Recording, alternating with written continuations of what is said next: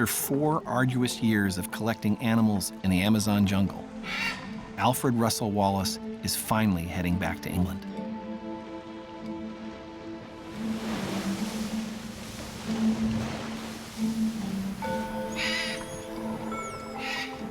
Sailing with him are the rewards of a long journey. Thousands of specimens he will sell to museums and collectors.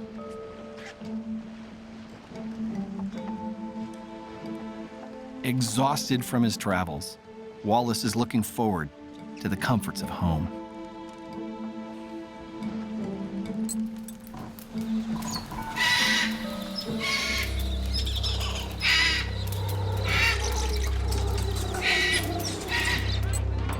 I'm afraid the ship's on fire.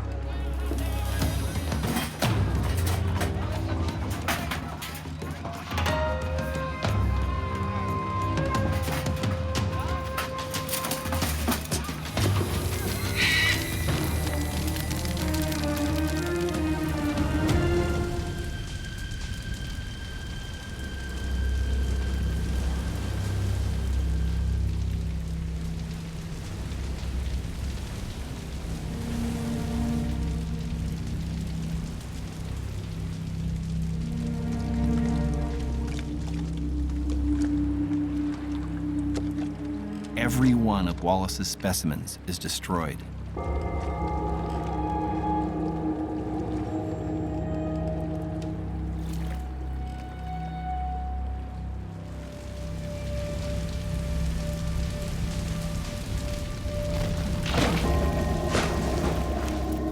His hard-earned records of which animals live where in South America are also lost. These notes contain clues to the question that Wallace risked so much to answer. It was the greatest scientific mystery of his time. Where do species come from? But now Wallace's thoughts must turn to a more urgent concern: survival. His hands are burned raw from sliding down a rope. His lifeboat is leaking badly. The castaways have little food or water and are 700 miles from the nearest shore. Wallace vows that if he survives, he will never sail again.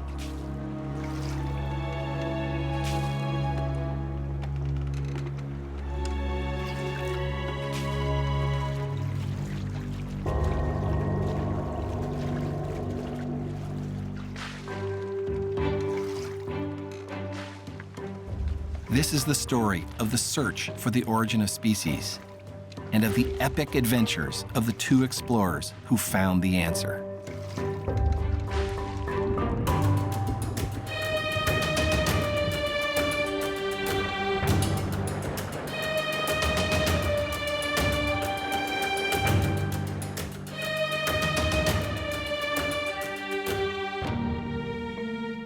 Alfred Wallace might have avoided his predicament had someone else not been keeping a secret. Another British naturalist had already answered the question of the origin of species years earlier, but he had dared to share his ideas with only a few trusted friends. Charles Darwin set sail on his own voyage 20 years before Wallace's shipwreck. He was an unlikely revolutionary. He lived in a time when most scientists believed that each species was specially created by God in its present form and constant, and not somehow the product of natural laws and changeable. At the age of 22, Darwin also believed in special creation. He was even planning to become a clergyman. But then he got a surprising offer. Darwin jumped at the chance to sail around the world on a British naval vessel, the Beagle. The offer was more about his pedigree than his resume. Darwin could be cheerful, upper-class company for the captain. No small task, given that the Beagle's previous captain became despondent and shot himself. The lure for Darwin? He was a passionate amateur naturalist, and now he'd have the chance to see and collect animals, plants, and rocks around the globe. Early in the voyage, he examined plankton with his state-of-the-art microscope, an instrument that only the son of a wealthy family could have afforded.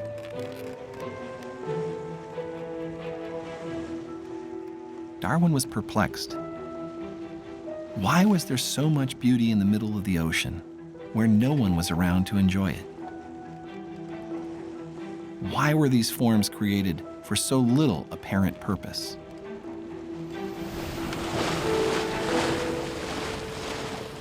But for every moment of joy or discovery, Darwin experienced 100 of suffering.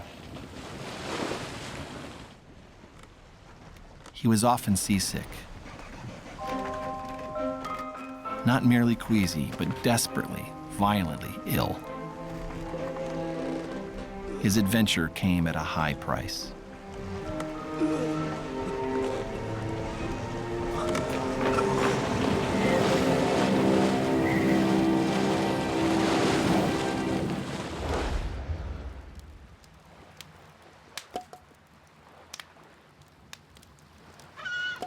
Darwin's curiosity was not limited to science. On the coast of Argentina, he sampled a local delicacy: roast armadillo. He thought it tasted like duck. Not far from this barbecue, Darwin found an interesting fossil. It was a small piece of an extinct creature called Glyptodon. It was part of its protective covering. Darwin had seen a similar bony shell on the armadillo he had just eaten. But this fossil came from a giant.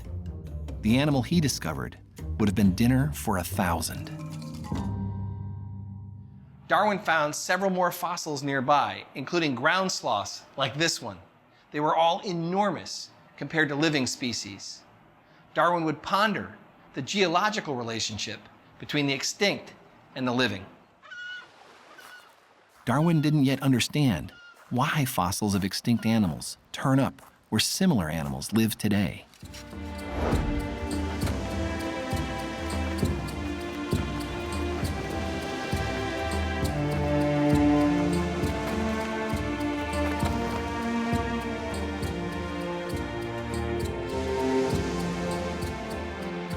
After nearly 4 years at sea, twice as long as Darwin had signed up for, the Beagle arrived in a remote Spanish colony, the Galapagos.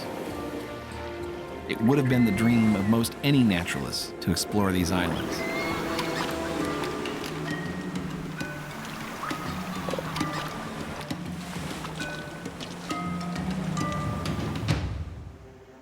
But when Darwin arrived, he was more exhausted than excited. If hell had a garden, he thought, this is what it would look like.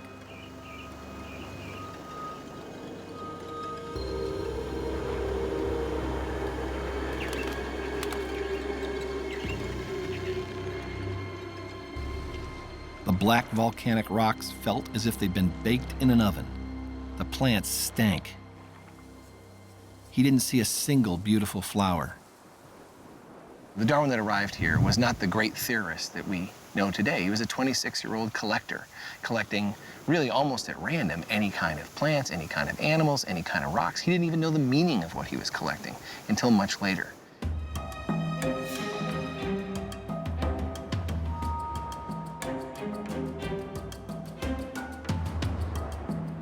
He thought the island's seagoing iguanas looked dim-witted and hideous.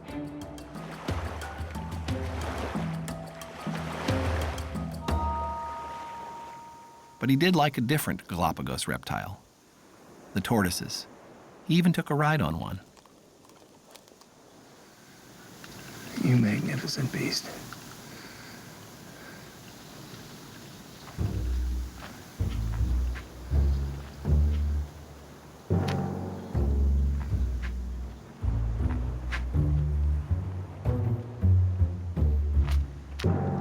When Darwin was here in the Galapagos, he was given an important clue. The Spaniards told him that they could tell which island a tortoise came from just from the shape of its shell. Why would tortoises on nearby islands look so different from one another?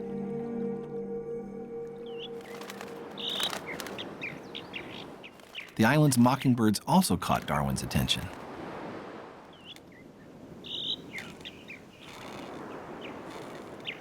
He focused on their subtle differences.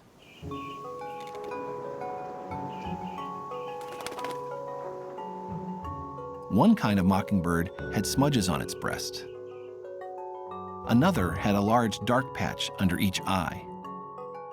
A third had a pure white breast. Darwin was astonished when he realized that, just like the tortoises, each kind of mockingbird lived on a different island. So even though he stayed here just 5 weeks out of the whole 5-year voyage, is what he saw here in these 5 weeks that left the greatest impression on Darwin and would lead into his greatest ideas. After stops in Australia and Africa, and as the Beagle turned home to England, Darwin had the chance to reflect on what he'd been seeing.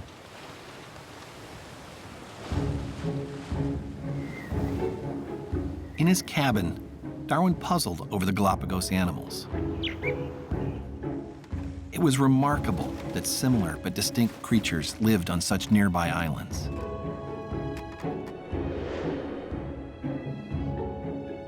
What would explain this fact? According to special creation, God made a different species for each island.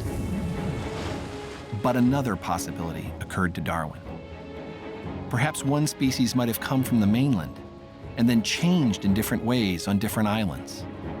The Galapagos animals were raising a radical idea. Species might change.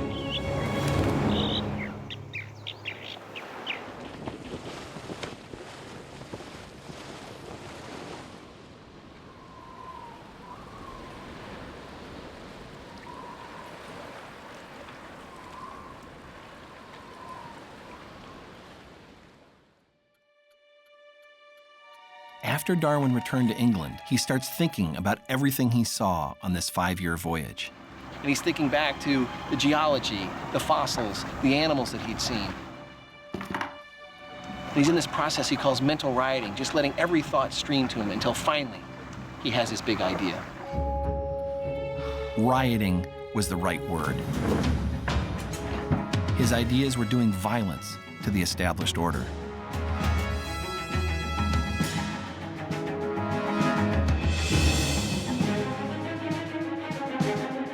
The best explanation for what Darwin saw in the Galapagos was that species changed into new species.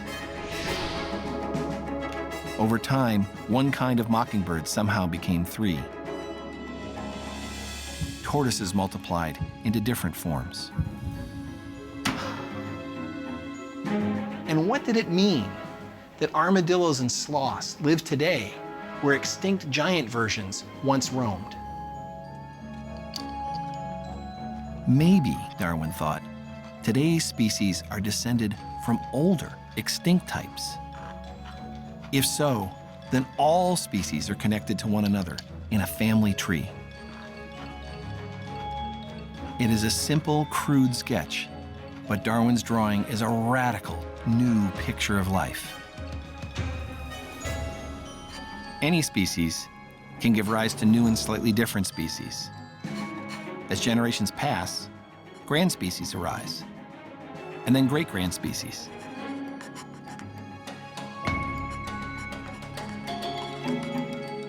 Darwin's bold idea was that species come from other species just as naturally as children come from parents. There was a word for this kind of thinking: heresy. So the origin of species was natural, not divine. It was a revolutionary idea that overthrew special creation. It ran against church teachings and what most Europeans believed, including most scientists. Still a young man, Darwin couldn't reveal his great idea. He would be attacked and ruined.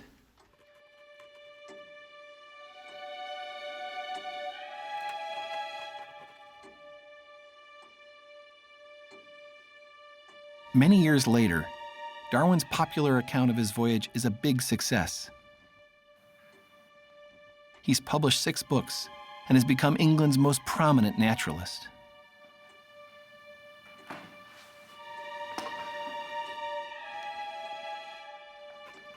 But he is still keeping his biggest idea secret.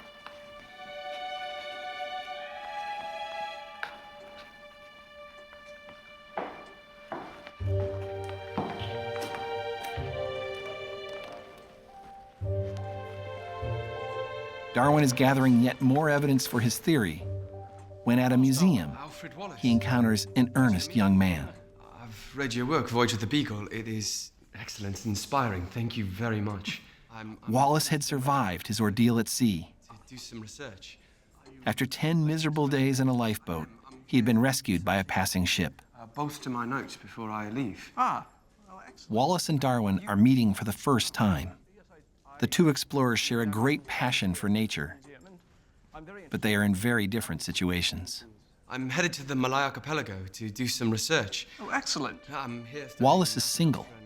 He has to collect for a living, and he has yet to make his mark. Yeah, so now I've never been there. Are you collecting? What? Yes, I'm... Darwin is married and has a family. He is financially well off and has a scientific reputation to protect. Wallace is as open as Darwin is secretive about his interest in the origin of species. Little does Darwin know that this young man will soon force his hand. I could send you back some specimens if you'd like. Oh, very much so, yes. Thank you. But please, no barnacles. I've just finished a work on barnacles that... And Wallace doesn't have a clue that Darwin has already scooped him. Have you written anything yourself? Believing that the question of the origin of species is still wide open, and despite having nearly lost his life at sea, Wallace sets out on a new voyage. He travels to the region between the Pacific and Indian Oceans, the Malay Archipelago. For the next 8 years, he will collect and study animals as he hops from island to island in a 14,000-mile journey.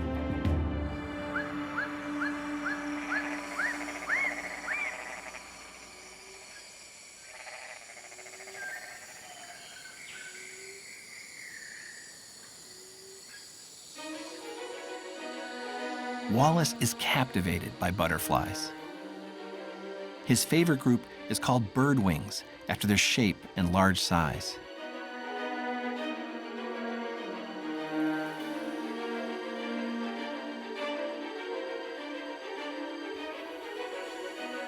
They command a high price for their striking colors.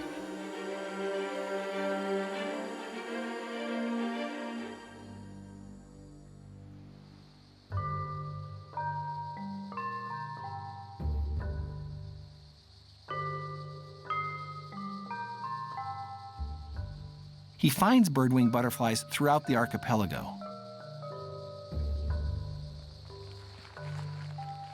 He identifies new species, some that are slightly different from those on nearby islands. The Malay butterflies suggest to Wallace what the Galapagos animals revealed to Darwin. Species change. But Wallace, too, seeks to understand the bigger picture. Having explored jungles on opposite sides of the globe, he can compare where different groups of animals live and ask why they are found where they are. Wallace the collector now becomes Wallace the theorist. Birdwings occur near other species of birdwings in the Malay Archipelago. Across the globe, in the Amazon, live different families of butterflies. Bird families also cluster geographically. Cockatoos live only in the Malay Archipelago and Australia, whereas the Americas are home to macaws and hummingbirds. Around the globe, the more similar two species are, the closer they tend to live. Why is this so? Wallace formulates a new law of nature. It's about where new species arise. They don't appear in random places. They arise near similar species.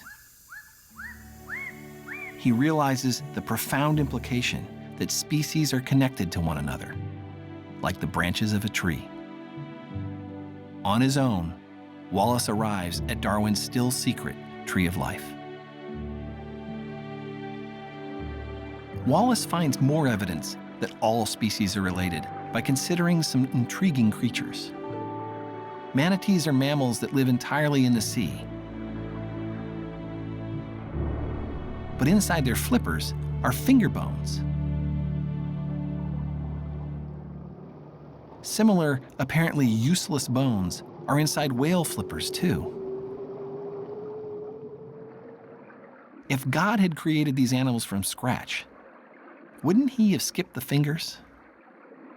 Imperfections such as these vestigial structures make it clear that every species is a modified form of an older species.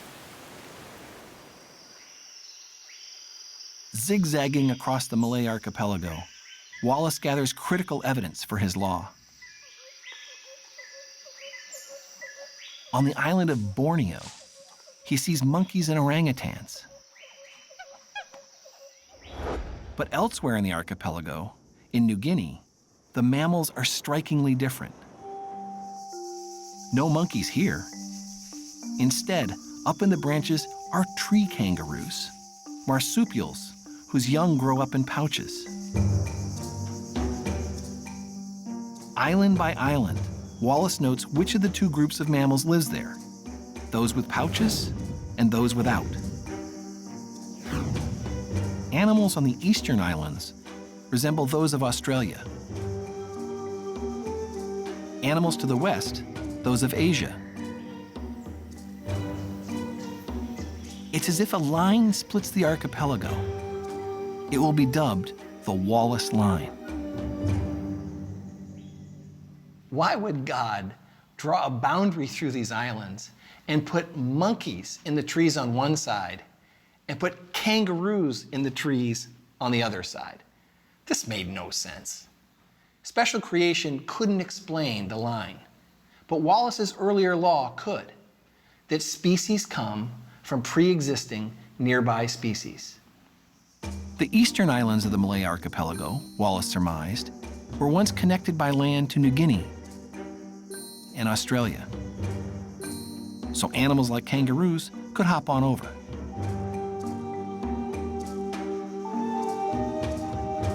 The western islands were never connected to the eastern ones, but they were connected to Asia. So the west had different mammals, ones with placentas instead of pouches. It's the history of the planet, not special creation, that explains the distribution of species.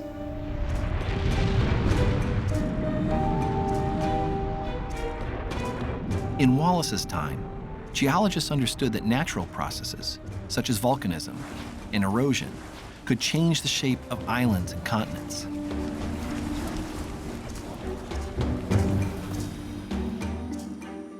But what about species? How do they change? That is Wallace's next question. As a collector, he has a great eye for detail as he chooses specimens to sell to his customers.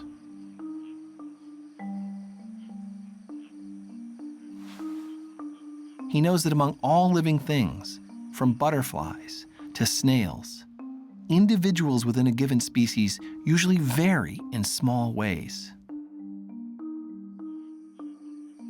But what does that variation have to do with how species change?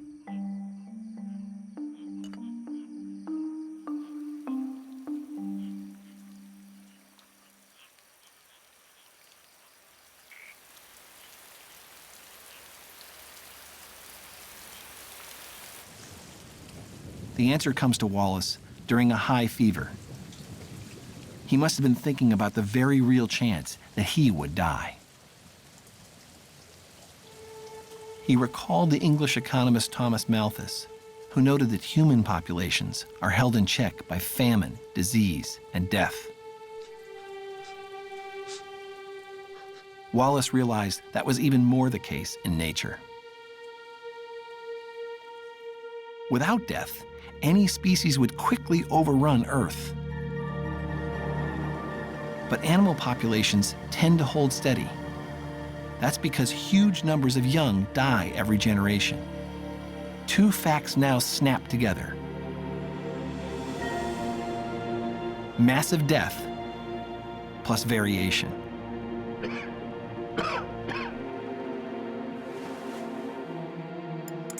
Wallace now sees how species could change.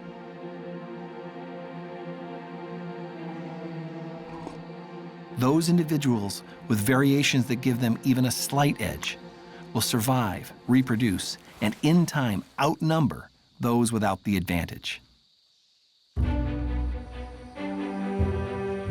His is a fundamentally new picture of nature, of intense, even violent competition.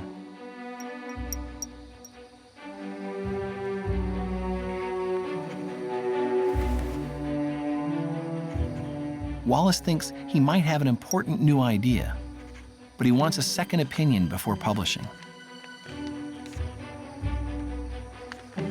He knows just the right person to ask, thousands of miles away in England.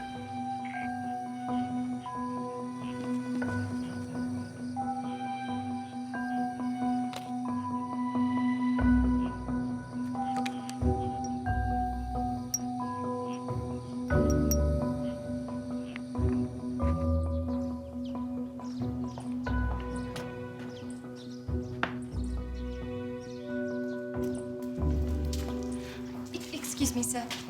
This just came for you. Ah, yes. Thank you. One sec.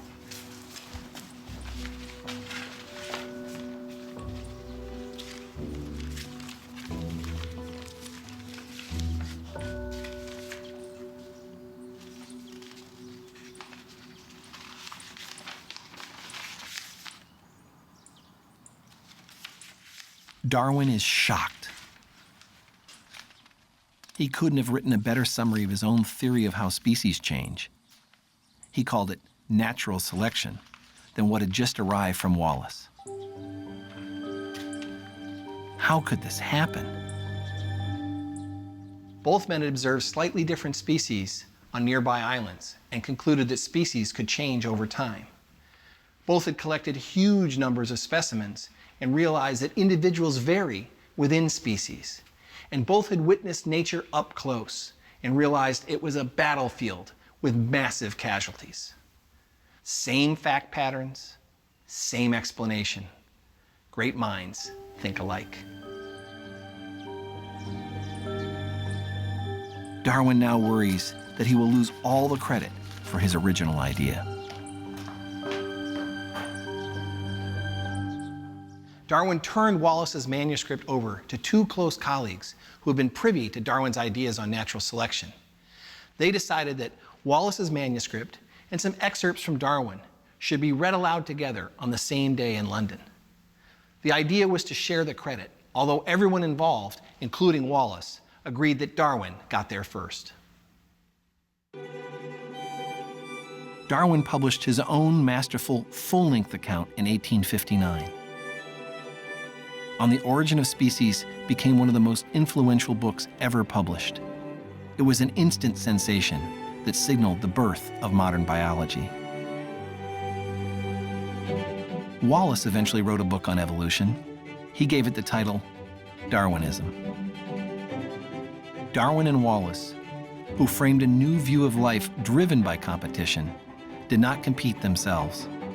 Instead, they became lifelong friends, bound by their shared, hard-earned insight into how evolution shaped the living world.